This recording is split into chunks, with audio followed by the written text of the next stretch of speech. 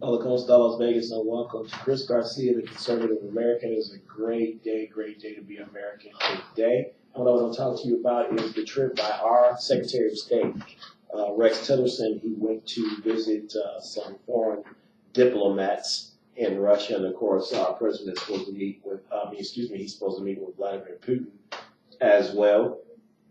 And I want to talk to you about, I just have concerns.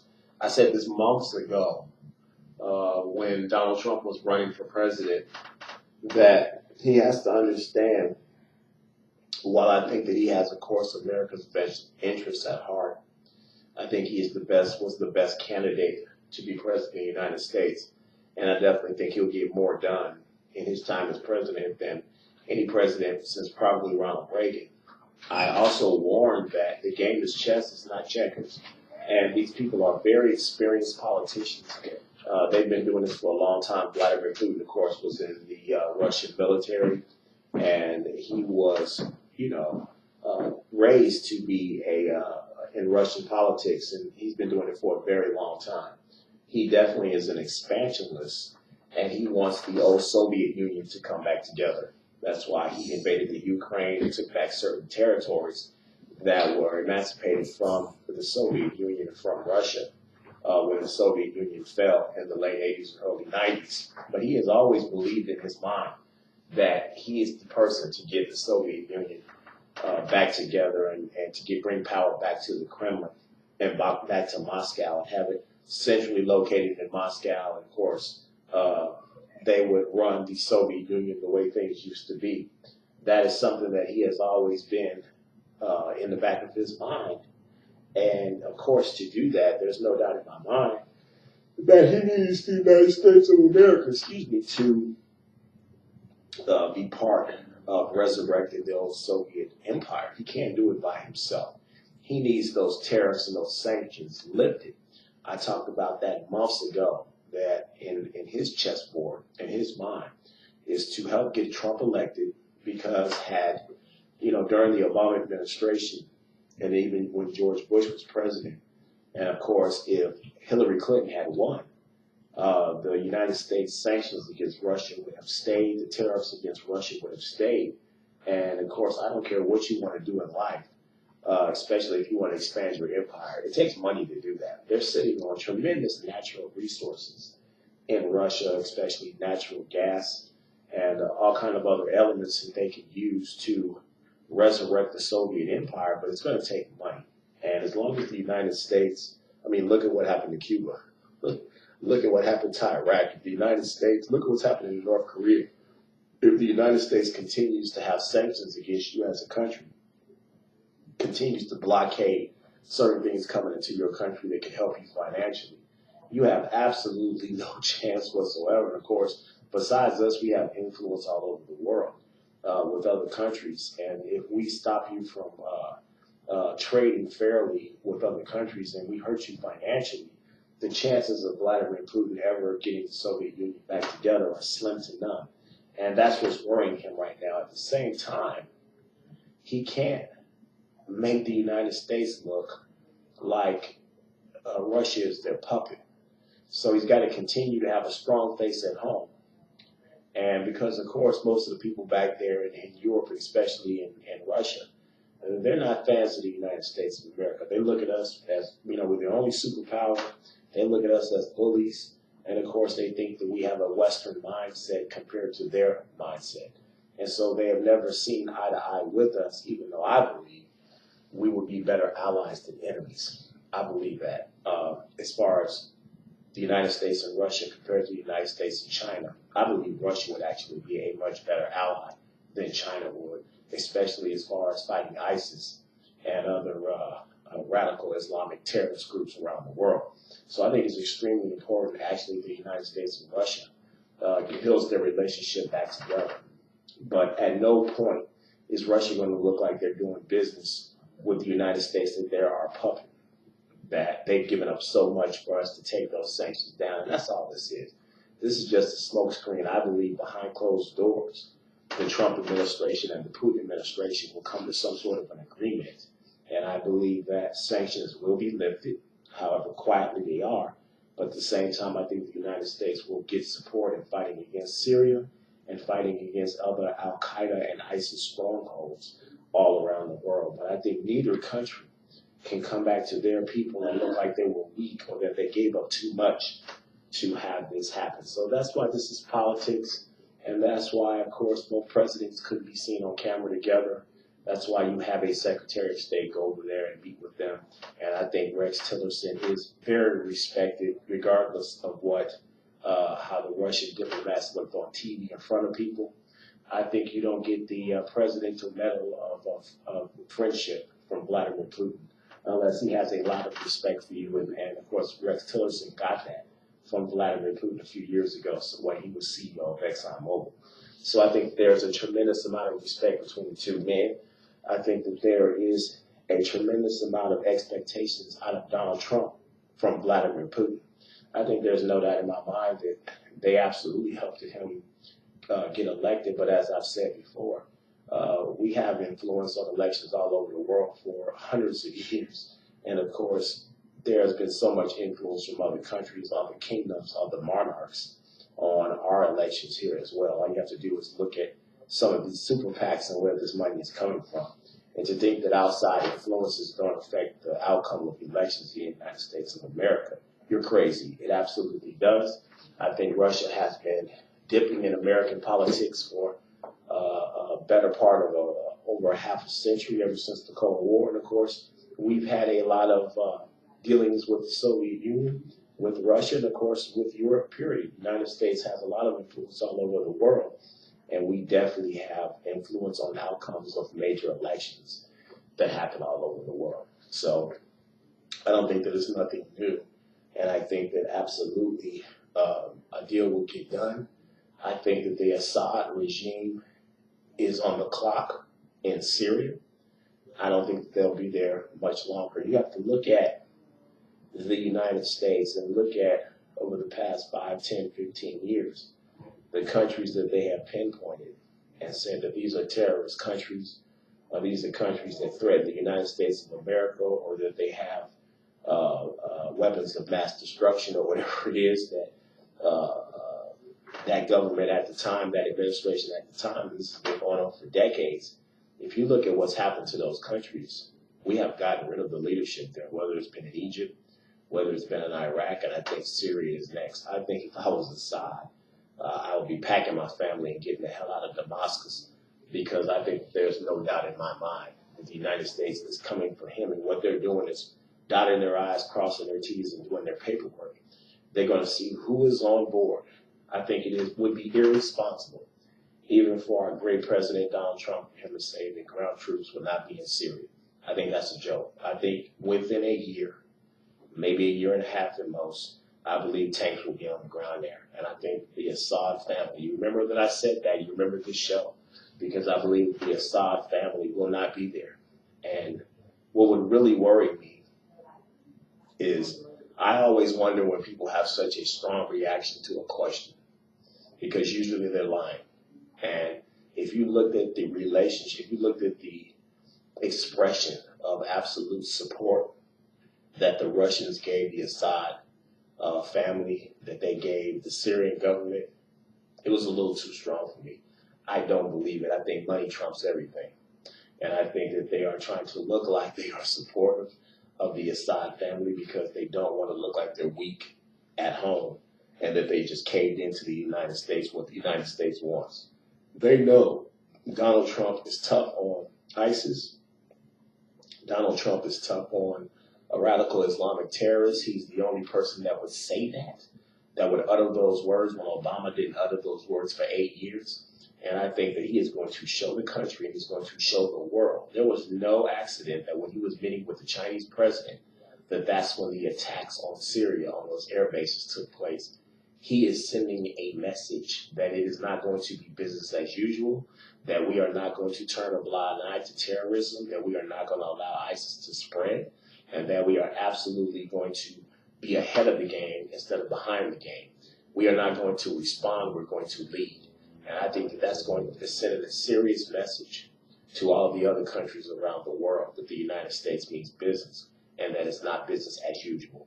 So I think that there's no doubt in my mind that the Assad family is on their way out in Syria, just like Saddam Hussein, his family, his children were on their way out in Iraq and Baghdad. I think Damascus, I think that family, that kingdom is coming to an end.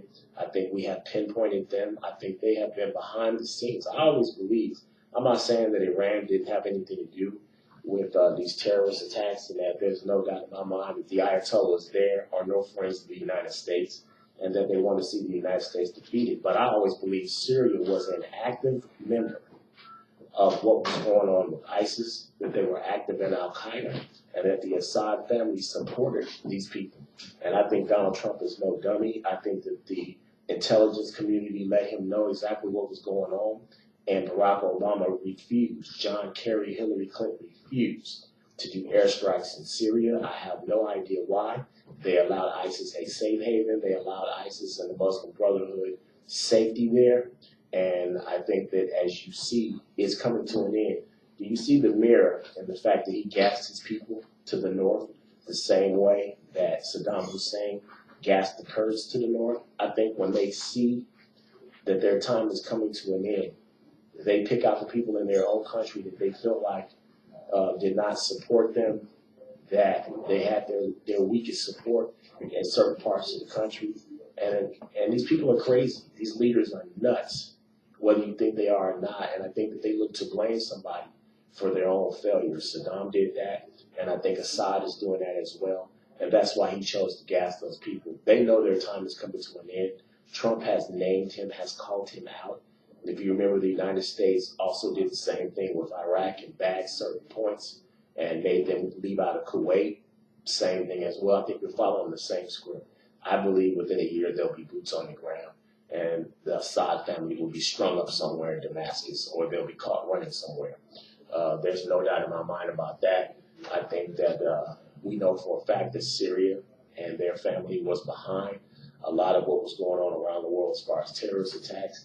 And Donald Trump is going to, for better or for worse, he's going to look strong internationally in politics, and he's going to look like he's taking the fight to them, that he's not waiting for an attack on United States soil or to United States properties around the world, that he's going to take the attack to them. That's what he promised us on the campaign trail, and I believe that he's going to deliver.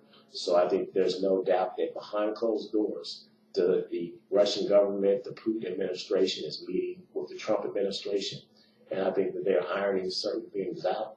I think Russia has to look like they are still friends of Assad and still friends of the Syrian government, when all along, and I'm telling you, if I'm Assad and if I'm that family, I'd be getting out of Dodge, because I believe Secretary Tillerson is meeting with them, and behind closed doors, they are cutting deals where some of those sanctions are going to be lifted off of Russia, and they're going to turn a blind eye when the United States invades Syria. I think this is just the first strike.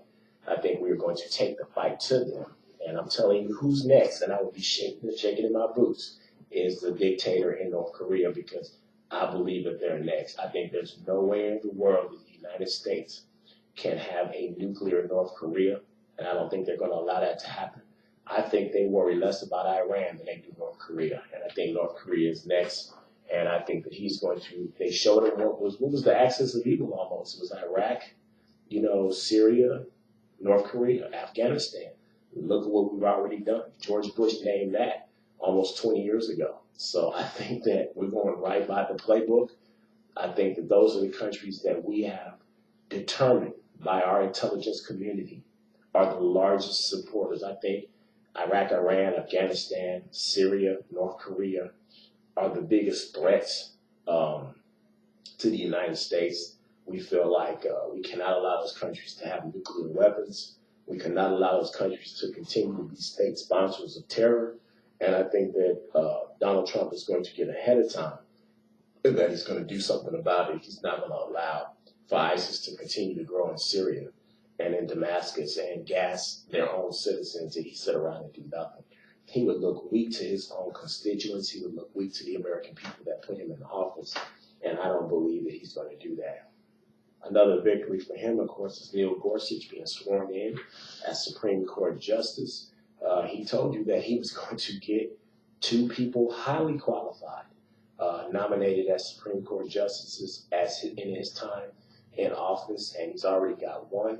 And I think he's going to have another one because there's someone that's going to be leaving the Supreme Court soon, and we're going to have to nominate another member. I think he's very smart. I think these people are conservative, but more importantly, they're constitutionalists. And I think he's going to name two constitutionalists. It's very hard when you look at their record. They usually have exemplary records, and that's what he's very smart. Yes, they are conservative. Yes, they're about putting the United States first, but it's very hard to filibuster or to not nominate, even if you're a Democrat, a constitutionalist, because their records are exemplary. They go by the law. They are very thoughtful. They think things through. They're very fair. But they do tend to lead to be more conservative. They go by the book. And, of course, there are things as far as abortion that Donald Trump is about. He's about stopping the funding for Planned Parenthood.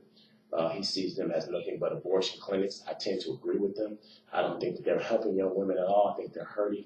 And I think they're actually setting women back. They think that it's progress, but I don't believe that. And I think that Donald Trump wants to take the funding away from Planned Parenthood. So he's definitely looking to put two constitutionalists and two conservatives in the Supreme Court. And so we will keep the majority there for many, many, many years to come. And I think the Democrats, I think that's the battle. That's their biggest fear, is that long after Donald Trump is gone, his legacy can be that he swung the Supreme Court so far to the Republicans' side, so far into the conservative side, that it could be decades before the Democrats have a chance to control the Supreme Court again. And so many new laws can be pushed in, so many things can be overturned that the Democrats feel to be very important. And of course, Planned Parenthood is one of them. And abortion, Roe versus Wade is one of the things that can be overturned. And of course, abortion could be outlawed, could be illegal again. I think that would be a great step. Being a Christian myself, I think every child is valuable. And I think that conception starts when God says it does, not when we say it does. So I think that would be very important. Jeff Sessions, I think, is doing a great job as Attorney General. And I think that, these sanctuary cities are also going to be punished. I think you are just the fool. We was talking about it on the last show on Face the Tribune with Rolando LaRoz, how quick Miami was to say, I'm not a sanctuary city, when those federal funds were being threatened to be pulled from them. I think you will see other cities. I think New York and Chicago and San Francisco will probably put up the hardest fight because they're kind of cash rich in a way. But I think they're not cash rich, but compared to some of these other cities that really depend on this federal funding, I think they will put up the hardest fights. But I believe that eventually all of these cities will cave in and they will have to go by federal law. I believe that Donald Trump will begin to win more court rulings on his side. And I think the sanctuary cities are illegal. I really do. And I think that the federal government should not be funding illegal cities and illegal activities. These people are criminals. They're in the country illegal. They're still committing crimes. They're taking money and jobs away from American citizens. And I don't think they should be here. They should have to go back to their country. And they should have to come into the country legally like everybody else did, like my mother had to, like Rolando had to, and so many of our other grandparents and great-grandparents had to come into this country legally. And I believe that they should not be over here illegal. And I think if they committed a crime, they should die. And that's what he's talking about. They're not talking about going around, the Democrats and Nancy Pelosi and Harry Reid and Barack Obama are trying to fearmonger. They're trying to say that they're going to wake you up in the middle of the night, round up your family, put them in a truck, and deport them. That's not what he's talking about. He's talking about illegal immigrants that have committed crimes should be processed, sent back to their country, not allowed to come back to our country over a period of time. And even if they do, they should have to apply like every other citizen to come into our country. We should not have illegal citizens in our country committing crimes and paying for them to be here. That is ridiculous. We should not be spending our tax money on that. Those people, when they commit a crime, ICE should follow federal law. And when they get out of jail, they should be deported after they do their time. I don't think there's anything wrong with that. And I think that that's what Jeff Sessions and that's what Donald Trump are talking about. They're trying to make it seem like they're racist and that they're going to deport everybody. That's not what they're talking about. They're talking about people here illegally that have or are committing crimes should be deported out of this country. I don't think there's anything wrong with that. I think our country would be safer. Look at some of the people that are being raped, some of the people that are being killed by people that have been deported 2, 3, 4 times out of our country and continue to come back here illegally. And then they're killing people and they're raping people. It's amazing. You know, Donald Trump was always looked to be crazy and he's wild in some of the things that he says. But look at some of the things he said when he was running for office, and a lot of those things have come true. Wasn't he supposed to be crazy when he was talking about building the wall? But he's going to build it, and now people are calling for him to build it. What about Obama's administration wiretapping his phones? Seems to be some proof in that, right? What about him saying that a lot of these people are criminals, these illegal aliens, and they're up here killing and raping? Have you seen some of the cases that have happened since he's become president? The young girl in Maryland that got raped by 2 illegal immigrants, isn't that what he said? You know, everything that he said, you know, in this politically correct world that we live in, he is a racist if he says anything against Barack Obama's administration or against anybody, when he just happens to be telling the truth. Donald Trump is a truth teller, and he loves his country. He's not doing it for the money. He was a comfortable billionaire that has an international empire in real estate and gaming. He has no reason to take this job as president of the United States making $400,000 a year. He makes that in a week. He didn't need this job, and he doesn't need the money. He's doing it because he loves our country. And some of the things that he's saying about, I hope that it doesn't have to come true before the United States does things about it. I hope that we don't get another terrorist attack before we build the wall. I hope that another American citizen doesn't have to be raped or killed before ICE starts to follow federal law and evict these people that are in our country illegally. What is wrong with that? If you go to another country and commit a crime, I guarantee you, see what happens to you. Go to Mexico and commit a crime. Go to some of these other countries and commit a crime and see what happens to you. I think that what he's saying is absolute common sense, and that these people should not be in our country illegally. I think there's nothing wrong with what he's saying. We got a couple of minutes left in the show, but I just want to say once again, you have to be careful when you're dealing with Vladimir Putin and the Russian government. They are looking to expand their empire. They are looking to get the old Soviet Union back together. And I know that the United States wants Russia to either help or not interfere when we are going after certain criminals around the world. And make no doubt about it, what he did when you gash your own citizens, that is a war crime. There's no doubt about it. It was laid out in the Geneva laws after the last war. You should not use any kind of toxic chemicals in warfare. It is a war crime, and he should be punished by death by the Geneva laws. And Assad and his family should be absolutely taken out of government in Syria. And we need the Russian government to either back us or not interfere, because I believe we are going to go after Assad and we're going to go after the Syrian government for war crimes, and for also, of course, being a state-sponsored radical Islamic backer to ISIS, the Muslim Brotherhood, Al-Qaeda, the Taliban. Syria is a safe spot for these terrorist organizations. So we're going to go after them.